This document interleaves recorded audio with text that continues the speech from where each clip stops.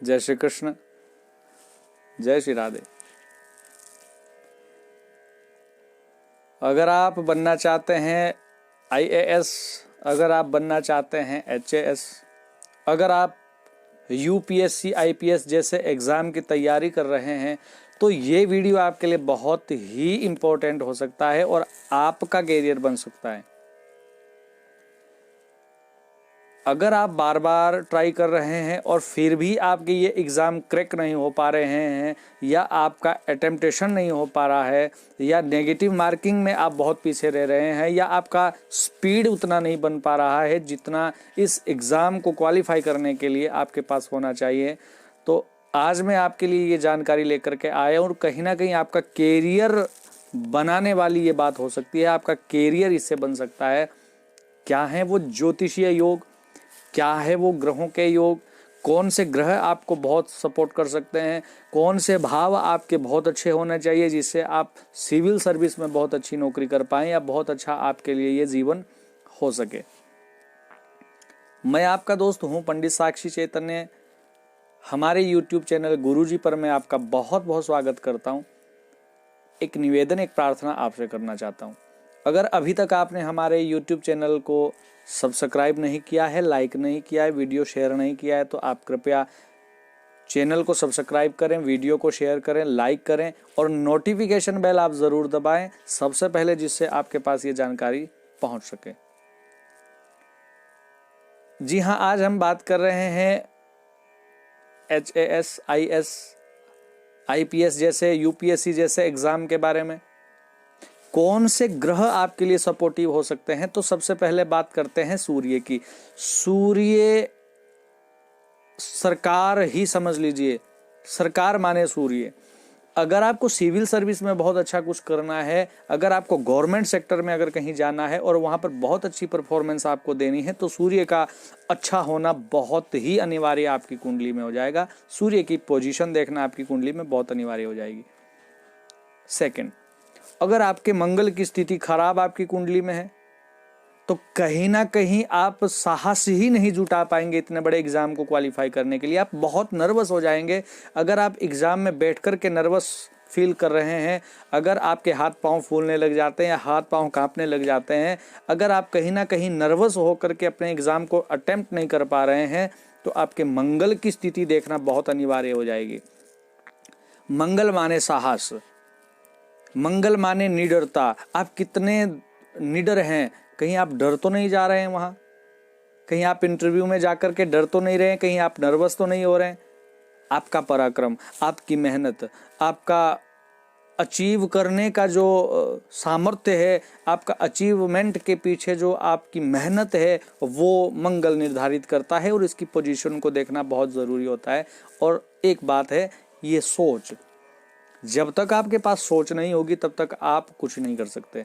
अगर आपका लक्ष्य बड़ा है, अगर आपकी सोच बड़ी है, आपके अंदर साहस है, पराक्रम है, तो आप HS, IAS, UPSC जैसे एग्ज़ाम को आप मिनटों में, आप 1-2 अटेम्प्टेशन में ही आप इन एग्ज़ाम को आप क्रैक कर सकते हो।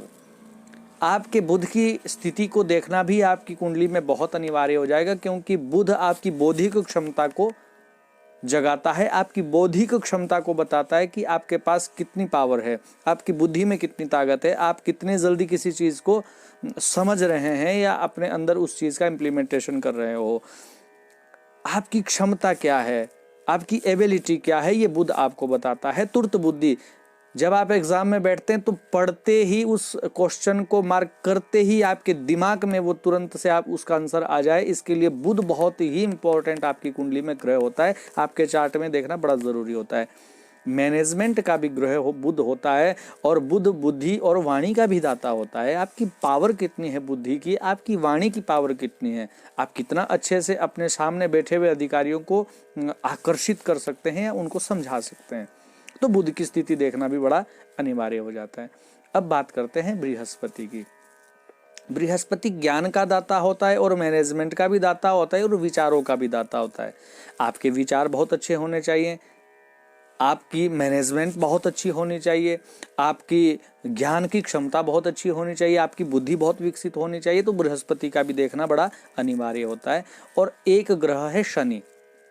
बहुत सारे बच्चों में आपने देखा होगा कि उनकी स्पीड नहीं बन पाती है, वो इतना नहीं कर पाते। बाद में जब वो घर आते हैं या अपने टीचर से या अपने लोगों से बात करते तो कहते कि मुझसे ये एग्ज़ाम अटेम्प्ट नहीं हुआ, या उसमें से कुछ क्वेश्चन मुझसे छूट गए जो मुझे आते थे, या मैं उसको कर सकता था या कर सकती थी। तो यहाँ पर शनि आपको देता है स्पीड, बहुत धीरे धीरे शनि चलता है। तो अगर शनि देव की स्थिति आपकी कुंडली में बहुत अच्छी नहीं है तो आपकी स्पीड बहुत कम हो जाएगी और आप कहीं ना कहीं क्रैक नहीं कर पाएंगे उस एग्ज़ाम को। लेकिन अगर शनि आपका बहुत अच्छा है तो ये आपको स्थायित्व देता है, क्योंकि HSIS कैडर में अगर आप हैं, इस लेवल की अगर आपका ड्रीम है, तो आपको वहाँ पर एक स्टेबिलिटी चाहिए होती है, स्थायित्व। कितने दिन तक आप ऑफिसर बनकर के किसी सीट पर बैठें, किसी कुर्सी पर बैठें, तो स्थायित्व के लिए शनि का देखना बड़ा अनिवार्य हो जाता है। दूसरा, शनि आपको देता है संघर्ष, और संघर्ष माने मेहनत। आप कितनी मेहनत कर रहे हो अपने लोगों के लिए या अपने परफॉर्मेंस के लिए, अपनी जॉब के लिए, सिविल सर्विस में जाने के लिए आप कितना मेहनत कर रहे हैं, तो इसके लिए शनि देखना बड़ा अनिवार्य है। नंबर 3, इसमें धैर्य की भी बड़ी इन्वॉल्वमेंट होती है। अगर आपके पास धैर्य नहीं है तो एक अच्छे ऑफिसर आप नहीं बन सकते, आप इस एग्जाम को क्रैक नहीं कर पाएंगे। धैर्य बहुत इंपॉर्टेंट है, आपको बहुत पेशेंस, बहुत सब्र आपको रखना पड़ेगा अगर आप इस एग्जाम को क्वालिफाई करना चाहते हैं।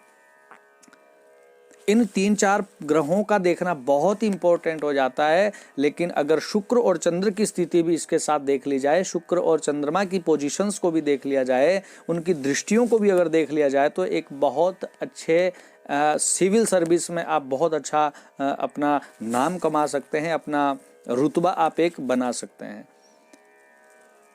कौन से वो भाव हैं जिन भावों को देख करके आकलन किया जा सकता है कि आपके लिए ये जॉब बढ़िया रहेगा, या आप इन ग्रहों के संबंध से, किन भावों के संबंध से आप अच्छे ऑफिसर बन सकते हैं, या आपका ये एग्जाम क्रैक हो सकता है। लग्न की देखनी स्थिति देखना बड़ा अनिवार्य हो जाएगा। आपके लग्न की पोजीशन क्या है, आपके लग्नेश की स्थिति क्या है, लग्न चार्ट में देखना बहुत अनिवार्य है, नवांशक चार्ट में देखना बहुत अनिवार्य है, और उसके बाद आपके दशमांश चार्ट की स्थिति देखना भी बहुत ही अनिवार्य आपके लिए हो जाएगा। पंचम भाव की स्थिति को देखना बहुत ज़रूरी हो जाएगा। पंचम भाव आपकी विद्या का, आपकी बुद्धि का, आपके कंपटीशन का हाउस होता है। तो इन जगहों पर लग्नेश की स्थिति, पंचम भाव की स्थिति देखना बहुत अनिवार्य है। आपके नवम भाव की स्थिति क्या है? नवम भाव होता है आपके भाग्य का, आपके लक का, आपके यश का, आपके धर्म कर्म का। तो कहीं ना कहीं आपकी कुंडली में नवम भाव का भी देखना बड़ा अनिवार्य है, और नवम भाव की स्थिति, दृष्टि, बल सब देखना बड़ा अनिवार्य हो जाएगा। दशम भाव माने कर्म का भाव, दशम भाव को देखना, कर्म के भाव को देखना अनिवार्य, क्योंकि ये सरकारी नौकरी का, ये कुर्सी का कारक होता है। तो ये सरकारी नौकरी तो देता ही है, वहाँ से कुर्सी तो देता ही, लेकिन इसका संबंध कहाँ कहाँ होना चाहिए ये भी आपको बताऊंगा। तो लग्न का देखना, पंचम भाव का देखना, नवम भाव का देखना, दसम भाव का देखना, ये बहुत ही जरूरी आपकी कुंडली में हो जाएगा। अब संबंध की बात करते हैं, किसका संबंध कहाँ कहाँ होना चाहिए, कैसे कैसे आपको ये लाभ दे सकता है। किन ग्रहों का संबंध हो सकता है? अगर आपकी कुंडली में सूर्य और मंगल का संबंध बहुत बढ़िया हो जाए, और सूर्य और मंगल का संबंध भी अगर पंचम और आपके दशम भाव से हो जाए, तो आपको कोई दुनिया की ताकत नहीं है जो आपको IAS, IPS, HS बनने से रोक सकती है। क्यों? दशम भाव कर्म का होता है और पंचम भाव विद्या का होता है। तो अगर आपकी विद्या आपके कर्म के साथ जुड़ जाए, यानी प्रोफेशन के साथ जुड़ जाए, तो ईश्वरीय वरदान आपके लिए हो जाएगा। अगर आपके सूर्य मंगल की स्थिति बहुत अच्छी है, पंचमेश दशमेश की स्थिति बहुत अच्छी है, तो कहीं ना कहीं आपके लिए बहुत अच्छी योजना बन सकती है और बहुत अच्छा आपके लिए काम हो सकता है। युति आपकी देखनी पड़ेगी, पंचम दशम में कोई युति आ जाए या युति संबंध आपका बन जाए, राशियों का संबंध अगर हो जाए, राशि परिवर्तन अगर हो जाए, नक्षत्र संबंध से अगर इन भावों का संबंध हो जाए, ग्रह दृष्टि से अगर इनका संबंध हो जाए, किसी न किसी रूप में इनका संबंध अगर हो जाए, तो आपके लिए बहुत ही अच्छा और बहुत ही शुभ मंगलमय योग बना सकता है। राजयोग आपकी कुंडली में होना चाहिए और धन योग भी आपकी कुंडली में होना चाहिए। बहुत सारे लोगों की कुंडली में होता है कि सिविल सर्विस में ऑप्शन बन रही है, जाने की भावना बन रही है, निकल भी रहा है, लेकिन धन योग या राजयोग नहीं है, तो वो कहीं ना कहीं आधी अधूरी बात हो जाएगी। तो धन योग भी चाहिए और राजयोग भी चाहिए, और इन ग्रहों की स्थिति, इनकी पोजीशंस भी बहुत अच्छी आपके लिए होनी चाहिए। बात कर रहे हैं हम सूर्य इत्यादि इन सब ग्रहों की बात कर रहे हैं। पंचमेश अगर आपका भाग्येश के साथ संबंध हो जाए या दशमेश के साथ संबंध हो जाए, भाग्येश का संबंध अगर दशमेश के साथ हो जाए, दशमेश का संबंध अगर एकादश से हो जाए, या दशमेश का संबंध आपके लग्नेश से हो जाए, तो कहीं ना कहीं आपके लिए एक बहुत ही अच्छी ऑप्शन हो सकती है, बहुत ही अच्छा आपके लिए एग्जाम में हो सकता है।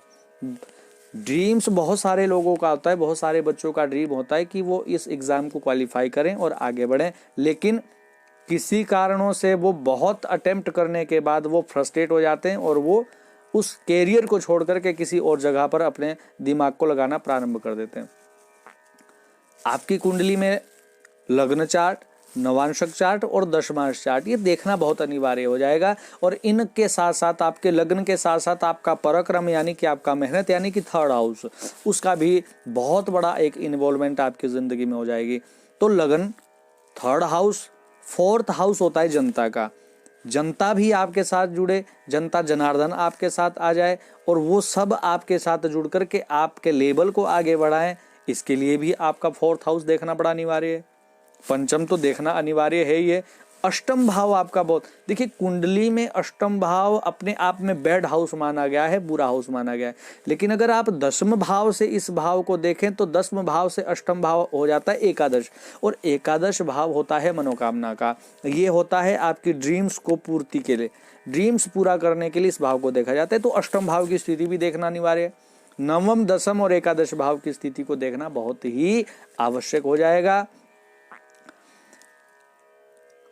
सूर्य, मंगल, बुध, बृहस्पति और शनि का संबंध पंचम से दशम से हो, या नवम दशम का संबंध हो, दशम एकादश का संबंध हो, या दशम लग्न का संबंध हो, तो कहीं ना कहीं अगर इन ग्रहों का संबंध यहाँ पर है, D9 चार्ट और दशमांश चार्ट में भी अगर इनकी स्थिति बहुत अच्छी है, तो आप एक योग्य काबिल ऑफिसर बन सकते हैं। लग्नेश और दशमेश की स्थिति बहुत ही शुभ होनी चाहिए। अगर आपके लग्नेश या दशमेश नीच अवस्था में पड़े हुए हैं, नीचस्थ हैं, पाप ग्रह से युक्त हैं, राहु की दृष्टि उस पर है, तो कहीं ना कहीं आप बहुत पीछे रह जाओगे या आपसे वो अटेम्प्ट नहीं हो पाएगा, क्योंकि यहाँ पर दृष्टि का भी बड़ा इफेक्ट रहता है। तो लग्नेश और दशमेश कहीं ना कहीं शुभ होने चाहिए, स्वग्रही होने चाहिए, केंद्रस्थ होने चाहिए, त्रिकोण में स्थित हो, तो ये युति आपके लिए बहुत अच्छी बन जाएगी। अब मान लीजिए सूर्य की स्थिति, सूर्य अगर आपका लग्न चार्ट में खराब है, लेकिन वो नवांश और दशमांश चार्ट में स्वग्रही है, केंद्र का है या अपनी राशि का है, तो वहां पर सूर्य कमजोर नहीं हो जाएगा, सूर्य वहां पर बली हो जाएगा, क्योंकि वो D9 में और D10 में उसकी स्थिति बहुत अच्छी है। तो ग्रहों की बहुत ही अच्छी मैनेजमेंट को देख करके, ग्रहों की बहुत ही अच्छी ढंग से इनका आकलन करने के बाद ही किसी निर्णय पर पहुंचना चाहिए। बहुत सारे उपाय हो सकते हैं, क्या उपाय आपको करना चाहिए ये आपकी कुंडली की स्थिति को देख करके ही पूर्णतः आपको बताया जा सकता है कि आपको क्या करना चाहिए, जिससे आपका ये एग्ज़ाम क्लियर हो जाए, इसमें आप क्रैक करके आगे बढ़ जाएं। अगर आप चाहते हैं हमसे मार्गदर्शन लेना, अगर आप चाहते हैं अपनी कुंडली का विश्लेषण कराना, अगर आपने 2-3 बार इस एग्ज़ाम को अटेम्प्ट किया है और कोई कारण रहा है कि आप उसको क्लियर नहीं कर पाए, और आप चाहते हैं कि आप इस सर्विस में जाए, सिविल सर्विस में आपको अच्छी नौकरी मिले, अच्छा स्थान मिले, अच्छा पद मिले, तो हमसे मार्गदर्शन लीजिए। हम आपको बताएंगे क्या उपाय हो सकते हैं, क्या करना चाहिए आपको। डिस्क्रिप्शन बोर्ड में हमारा पता आपको मिल जाएगा। संपूर्ण कुंडली विश्लेषण के लिए आप हमसे बात करें, हमसे संपर्क करें, हम आपकी सेवा में तत्पर रहेंगे, उपस्थित हैं और बाध्य हैं आपकी सेवा के लिए। डिस्क्रिप्शन बोर्ड में हमारा पता और लिंक आपको मिल जाएगा। ज्योतिष की इस विशेष चर्चा के साथ अभी मैं आपसे इजाज़त चाहता हूँ। फिर किसी ज्योतिष चर्चा में आपसे संबंध होगा, आपसे बात होगी, और फिर किसी नई चर्चा के साथ में आप सभी के सामने उपस्थित होऊंगा। अभी फ़िलहाल के लिए मुझे इजाज़त दें, आज्ञा दें। जय श्री कृष्ण, जय श्री राधे।